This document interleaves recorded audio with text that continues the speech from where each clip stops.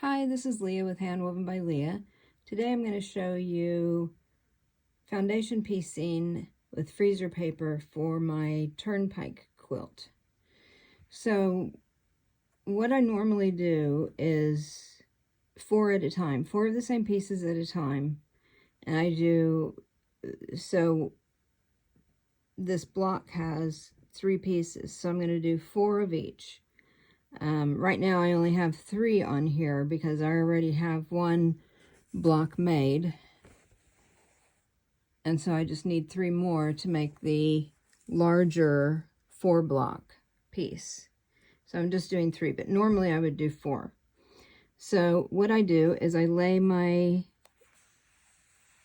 paper, the freezer paper, on a square block.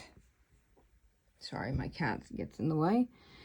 You want to make sure you have at least a ½ inch this way, because what you're going to do is you're going to fold back on this line and you're going to put your ruler on the fold and cut away, so you have 1/4 of an inch of fabric left.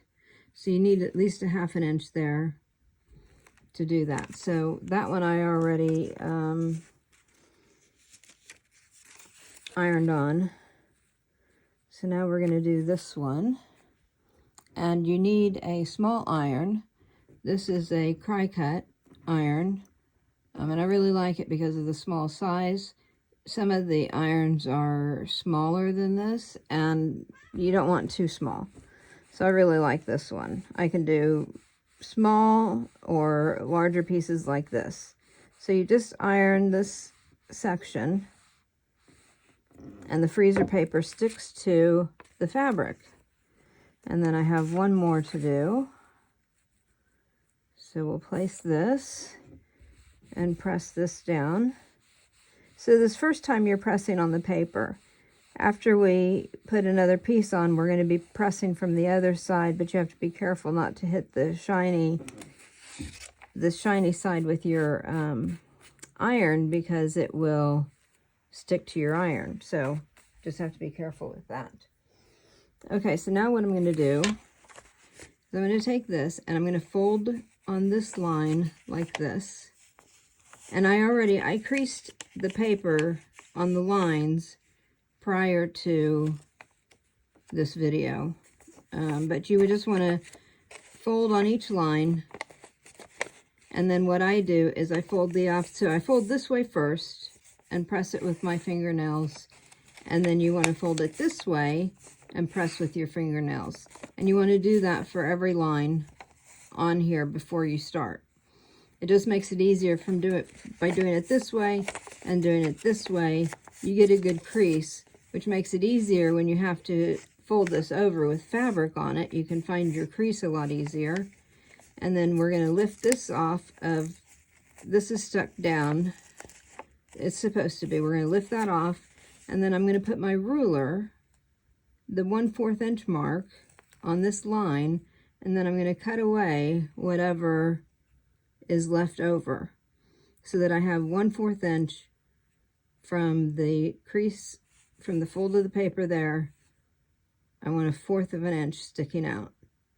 Okay, so I'm going to go and cut that, and then I'll be back. Okay, so I have cut these. And as you can see, there's 1/4 of an inch still hanging off of the fabric there. Now, you also have to do this one with the dark green. You have to iron those onto there and then trim it like that. And then there's one more that looks like this.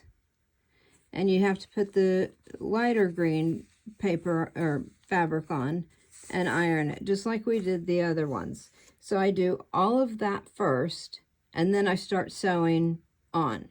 I'm going to skip that part for right now, just to show you how to sew it together. So I'm just going to be using one of these. I'll set those aside. Okay, so now what we want to do is look at and you have to go in number order. So this is C1, so now we want fabric C2, which is this white piece. And what we're going to do is line up the fabric. You don't have to line it up edge to edge like that. You want to have it, depending on how much you have left over there, you just want to have it so that this point hits the white over here. If it's off of the white, then you're going to have to take it apart and redo it. So what I'm going to do now is sew right next to this paper crease, not on it, but just right next to it. Okay, we're at the sewing machine. I lost my place on there. Okay, and we're going to sew right next to that crease. You don't need to do any back stitching on here because you're going to be cutting it off basically. So you just sew next to the line, go past the paper a little bit,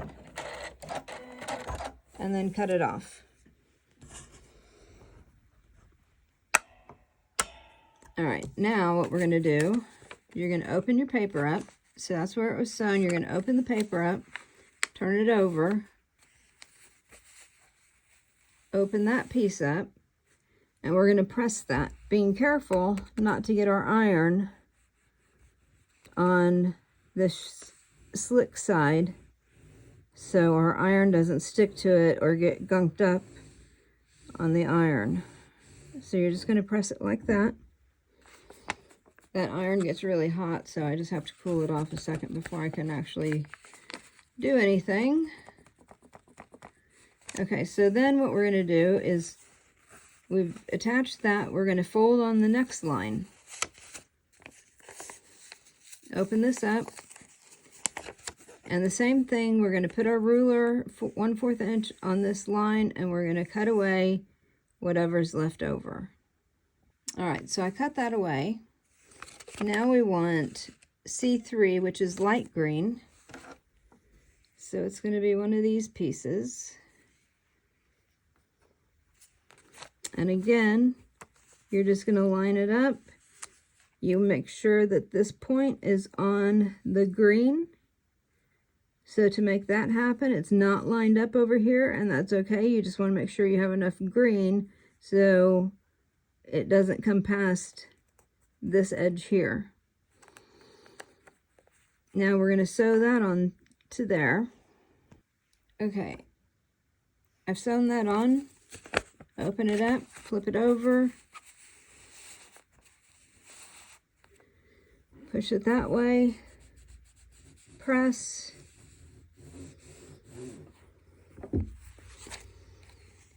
fold on this line, open this up, put your ruler 1/4 inch on the crease, cut the extra away. Okay, you continue doing each piece just like we've been doing. I went ahead and did them. This is the last piece. So I'm going to press this down,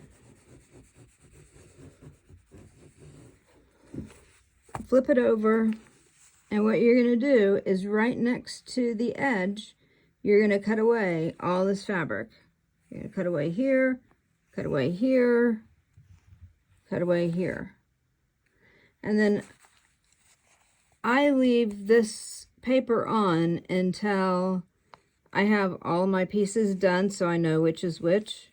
Well, I mean, I could easily figure it out, but I just leave it on.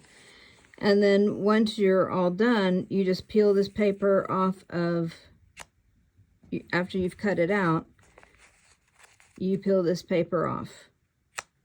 And then you sew the blocks together.